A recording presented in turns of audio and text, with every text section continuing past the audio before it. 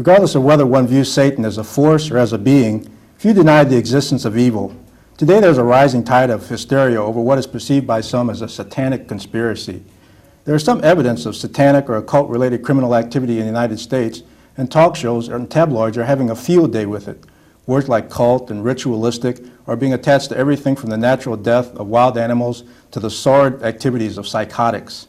Rebellious adolescents have a new means of irritating and frightening their elders. Welcome to Freethinking 101. I'm Pat Inniss, and tonight returning is to discuss this subject is Marilyn Freeman. Marilyn was our guest a couple of weeks ago, and she's completing her thesis requirement for an MA in clinical adult psychology and has done a considerable amount of work investigating this phenomenon of the perceived satanic conspiracy. Welcome back to the show, Marilyn. Thank you, Pat. Thanks for coming back. The last show went so well, I'm glad you could return. We learned a lot about what was going on in your own personal experiences with this whole satanic hysteria. And tonight, I guess, we're going to get a little bit more into the detail of what constitutes this, what people see as a satanic conspiracy that's going on. Could you tell us what exactly is Satanism, or the perception of Satanism that people are so frightened of? Well, Pat, like the words cult and sect are often misused by the press or the media. Likewise, the word Satanism is misused. Satanism is a religion. It is a legitimate religion. Real religious Satanists do not believe in God or Satan. And so when it is thought that a cult-type crime has occurred, it should be referred to as that rather than as a satanic crime. But it's very difficult, even if you work with this material, not to use that terminology or misuse that terminology, because that's the way everything is written. Mm-hmm. Yeah. Now you do have a lot of deviant behavior here that's somehow connected with these cults. There is no evidence that I am aware of, and I have spent a considerable amount of time researching this, that any of this is related activity. They're isolated incidents where people who previously have mental problems or who are sociopathic or juvenile delinquents who are attracted to Satanism and misread the Satanic Bible, which is really a protest against organized religion, rather than encouraging criminal type activity. As a matter of fact, they absolutely forbid many of the activities that Satanists are accused of. Mm-hmm. And well, a thing I always found interesting is when you read about an incident connected with mainline religion, with Christianity, some type of violence or crime connected with Christianity, where a person might have been motivated by, he says, instructions from Christ to commit a murder sometimes. These persons are often deemed as clearly a psychotic. Right. But when the same thing happens and the person is somehow connected with what they call Satanism or one of these cults, they say, well, this is an otherwise sane person who somehow came under a demonic influence. It's sort of strange. There's a double standard there. That's exactly correct. There certainly is a double standard there. You never hear the terminology "a Christian crime has been committed," and yet more crimes have certainly been committed in the name of Christianity than in any other, than for any other cause. And child abuse, for instance, certainly does occur in our society and is a real problem. And one of my concerns is that real child abusers are going free as a result of this hysteria over mislabeling it everywhere. And people are accused of crimes and suddenly say, well, Satan, the devil made me do it, and juries are not willing to believe all the testimony that comes in, and I'm afraid they're getting off. And that the child abuse is becoming secondary to the Satanism. And this is a real concern. Well, it seems, many stories lately, you hear the term ritualistic and child abuse linked so closely. That's right. It's almost a catchphrase. But ritualistic is being attached to almost anything. There is a killer who's on death row in Oklahoma right now who killed his mother and stepfather and a convenience store clerk, and in mid-trial he decided that this was that he had been possessed by Satan when he did this, and he used that. I think that as I recall, he used that as a part of his defense. But what I'd like to know is what is ritualistic about shooting a convenience store clerk? And yet this particular person now has a group of, he has a ministry that he's operating out of the prison. He has people who are supporting an effort to get him out because he's experienced this conversion.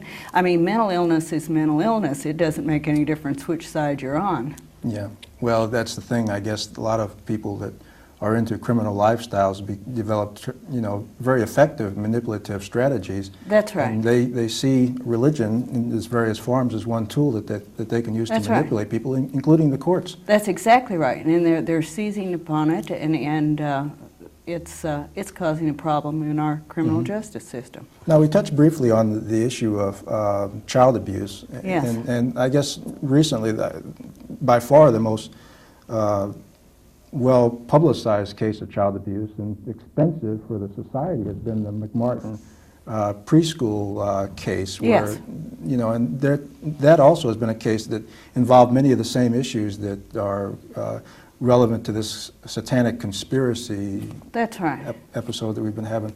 Now, were there any ritualistic implications in what was going on there? As the interviewing went on, why, of course, that became, it came out. It sort of evolved. The thing snowballed into just a real fiasco. The interviewing techniques were absolutely poor, and the children were led.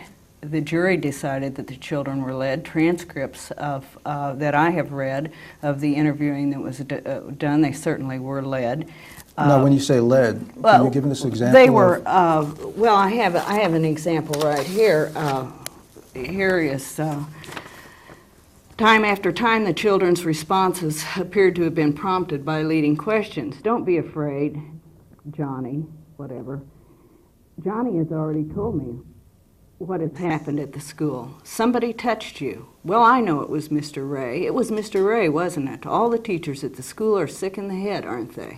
Now, that's an example of leading examination of of children.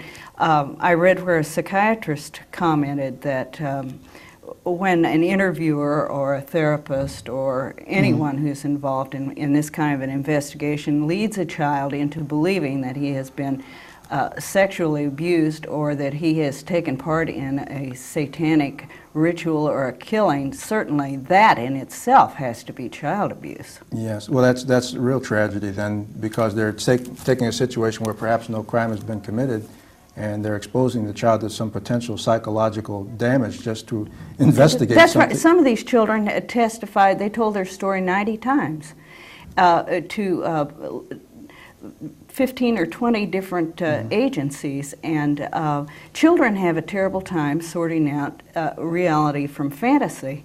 And I can remember not being quite sure what was a dream and what I'd been told and what I had actually seen early in my childhood. And so these young children, preschool children, definitely have a problem with that. Eventually they begin to believe it, and then they operate from that reality. And then it's as if it actually had happened. So something has to be done to educate people as to how to interview children. Now, why do people, though, you would think these people that conduct the interviews have been trained in some sense. They certainly should have some expertise in their field if the courts will allow them to interview children, yet they themselves have been taken in by this hysteria that's going about the idea that there's all these satanic cults out in society that are committing these crimes. How is that message getting across? Who's promoting that message? Well, it's some religious fundamentalists are promoting it in order to, I believe, support their own untenable belief system, which as we develop in our knowledge of science and our knowledge of other people in the world becomes more and more difficult to support. So by creating this hysteria, why more and more people become alarmed and then they feel like they have something legitimate. I think then we have the cult, the so-called cult experts. They are able to attain a certain status, outside income. Some of them are just idealists that are misled and who are used by the religious fundamentalists. I think, and then we also have the survivors, the alleged survivors. Well, they have their own agenda. I mean, some of them are in denial of actual child abuse that has taken place in their life. Some of them are mentally ill. Many of them have multiple personality disorder. They are experiencing reaction formations. Some of them are, the survivor stories oftentimes are completely, or almost without exception, are completely unsubstantiated by any kind of evidence. Although these people are perfectly willing to go on national television and tell about all the evil deeds that they did while they were under the control of Satan, they don't come up with a single name. There's no proof. Well, and actually, I understated that. As far as I know, none of them have been substantiated. Well, could you give us an example of some of the more outrageous claims that have been made by this? I understand one woman I've heard of claims to be almost sort of a baby factory for children to be produced used for ritual sacrifice, human sacrifice. And she has apparently told different stories on different television programs. It was one baby on one program, it was 3 on another. This person is undoubtedly the victim of child abuse. As I remember, she had something like 17 different personalities or whatever. But are we going to listen to people like this and take what they say that is completely and totally unsubstantiated for fact and operate on those grounds and expend our resources? Other of these people, there is a woman whose son died, she says. He committed suicide, by the way. She was completely unaware of the fact that he was troubled in any regard, and in searching, casting about, trying to find some cause for this terrible, horrible tragedy, perhaps the worst tragedy a parent could ever, or a person could ever experience, why she seized upon the fact that he played Dungeons and Dragons, and now she is carrying on this campaign about suicide in Dungeons and Dragons. In actuality, she may have caused much more, many more suicides than she has prevented with this hysteria. Often alienated youth need to escape into something like this, just a kind of a temporary respite. It's a game. Most often kids who are perhaps bright and perhaps alienated from their parents are attracted to science fiction and that sort of thing. Well, I can see that. And so she is causing even more problem now. Now they can't let their parents know they're playing this game. They're sneaking around doing it anyway. And I mean, that a game doesn't make kids commit suicide. Sick kids, maybe it would push them over the edge. But playing Monopoly didn't make me a slumlord. Yeah. Well, when you see these type of people, though, presenting these fantastic stories of survivors, as they call them, when you see them if you turn on Christian Broadcasting Network or something like that, something that has a very strong religious bent to it, maybe you're prepared for it. But when you see them on something that's sort of an infotainment format, like I guess the most notorious example is Geraldo, that adds a certain degree of plausibility to it in most people's minds, doesn't it? It's almost respectable to go on, a widely syndicated talk show like like Geraldo and tell these stories, and people tend to accept them a lot more, don't you think? That's true, and Geraldo has a manner. He's for instance, calling for a congressional investigation of this. He spent 15 minutes talking about a case that has absolutely, it's been completely disproven that there was any satanic activity involved or cult-related activity involved at all. It was irresponsible journalism. It was panned by every critic, and yet it had the largest viewing audience, and the ratings soared. So, I mean, I don't understand that. But well, there's obviously money to be made in this whole industry now. I guess you call it a cottage industry that has developed just around this whole aspect of protecting people from this terrible threat posed by Satanism. That's exactly right, and at terrible cost in terms of our resources. We're cutting back on our social problems. We have terrible problems with homelessness, AIDS, drugs, you know, on and on and on. And our police officers are spending their time going to these seminars, and they are digging up parking lots, and they spent, in the McMartin case, they apparently spent an entire month on testimony about digging up the playground. All they found was a few turtle bones. They have never found any evidence, and yet these so-called survivors will say, well, we had mobile crematoriums, and we're driving around in vans with huge, long 200 foot booms on them, and that's why there are no footprints at the cattle mutilations, and it just becomes more and more bizarre.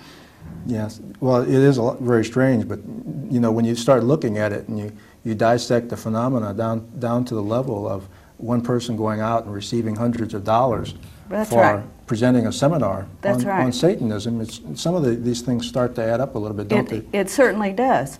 I really want to cite this book. This woman is particularly hysterical over our children's minds being seized, and she has gone so far as to become terribly upset over the Smurfs.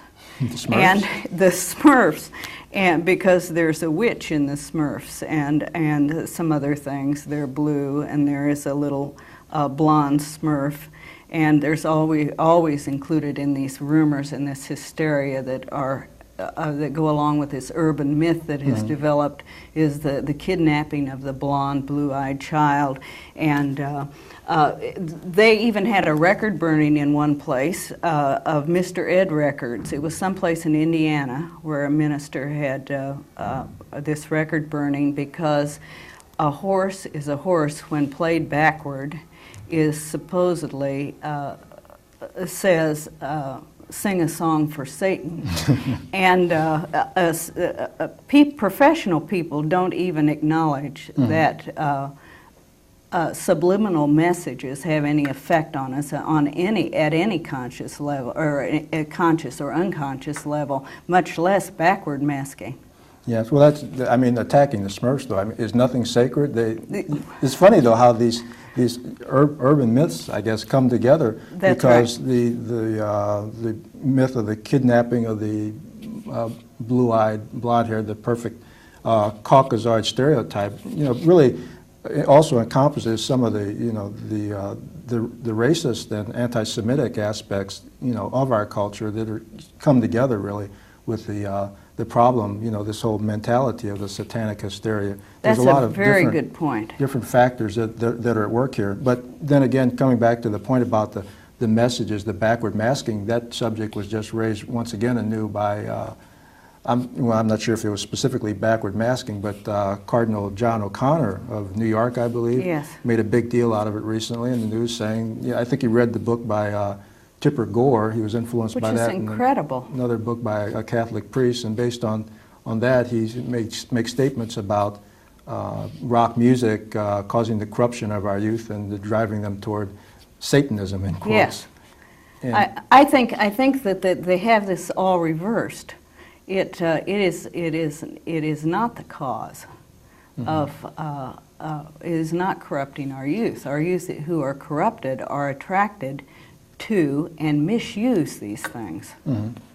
Yeah, they're mixing, they're really mistaking cause and effect, which is very common for people to do. But when you start out with certain perceptions and your exposure to various ideas is extremely limited, then you're really receptive to those sort of errors. That's exactly right. But backward masking now, I guess that's one of my sort of favorite topics, and as you pointed out so well, that you can't really tell the subliminal messages were really sort of I guess goes back originally, as far as I can recall, or what I've ever been able to hear, to a sort of a marketing ploy. That's right. In this is sort of one of those factoids from the 50s, something that sort of might have resembled a fact, and people were so callous to the rapid advance of technology that you're really receptive to believe this. But the story was that people were exposed to a message, maybe just a couple of frames in a movie, in a reel of film in a movie theater that said buy popcorn.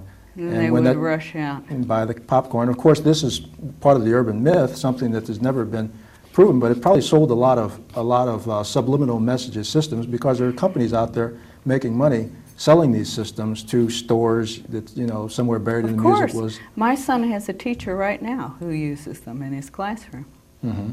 I figure it doesn't hurt anything. I mean, why, if he thinks it's helping, it serves his purpose. Maybe it helps him. That could very well be, yes. But the bottom line here is that these things have been subjected to scientific examination, and we found out that there's really nothing to it. That's true. I think it's not a cut and dried. I don't think everyone agrees to that. I would say most. Mm-hmm.